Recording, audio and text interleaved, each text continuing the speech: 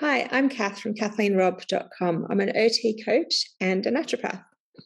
Welcome to this video episode on my 5 steps that I'm using to manage perimenopause. So, a couple of years ago, I started noticing a few subtle changes in my health and energy levels. It was things such as a bit more irritable before my monthly cycle. My cycle was getting more out of whack and less regular. My sleep was disrupted, although that could be the fact that I have a preschooler who likes to climb in my bed every night. And just a few things, energy levels and other minor symptoms like that. I had some blood tests done 2 years ago to check if it was perimenopause, but all my results came back normal. And it was only in the last few months that my hormone levels started to change on my blood tests. So it is possible that the symptoms of perimenopause can come before the official diagnosis or the pathology result changes.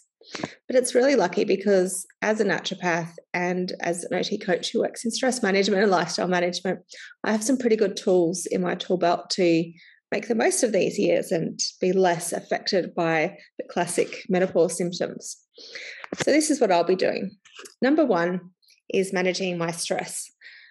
A few years ago when I was in my naturopathy degrees, my lecturer, who was incredibly well researched and very evidence-based, she was teaching us pathology, and I asked her, we're talking about diagnosing menopause with pathology results, and I asked her, what's the best way to prepare for menopause? I know it's coming up in my near future. What's the best thing I can do so that I don't have those wild symptoms and, the really difficult time with it? And the one thing she said was simply manage your stress.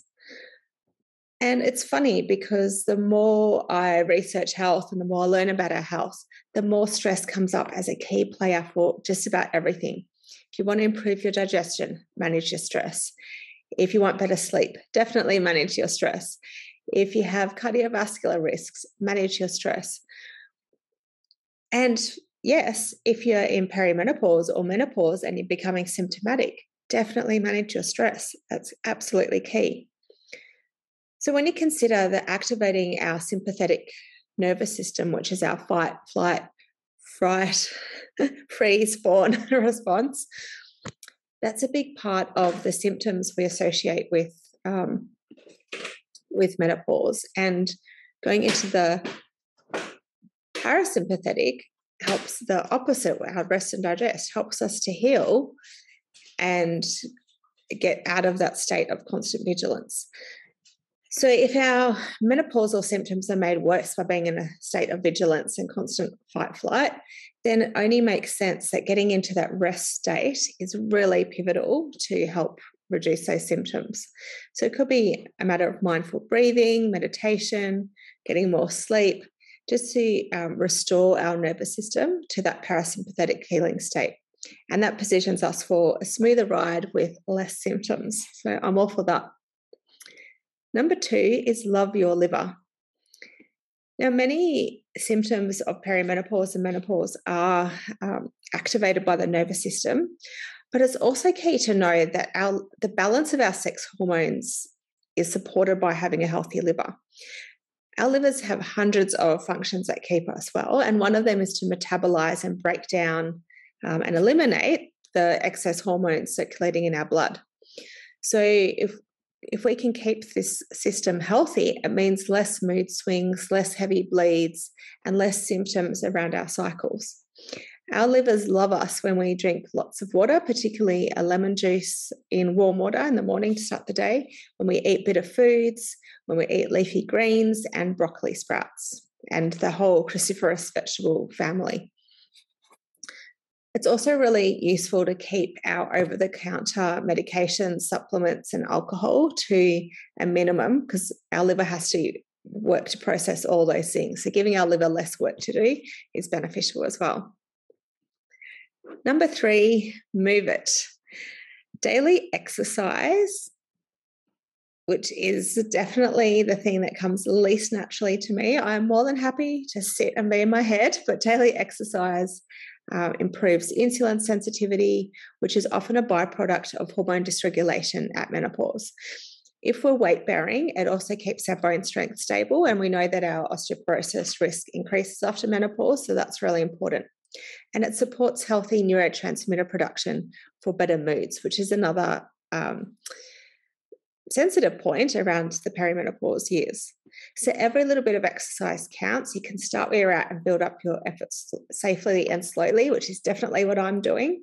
I'm not running marathons. It's just a matter of walking the dogs, doing some weight bearing, some resistance exercises, and things like that. Number 4, eat clean.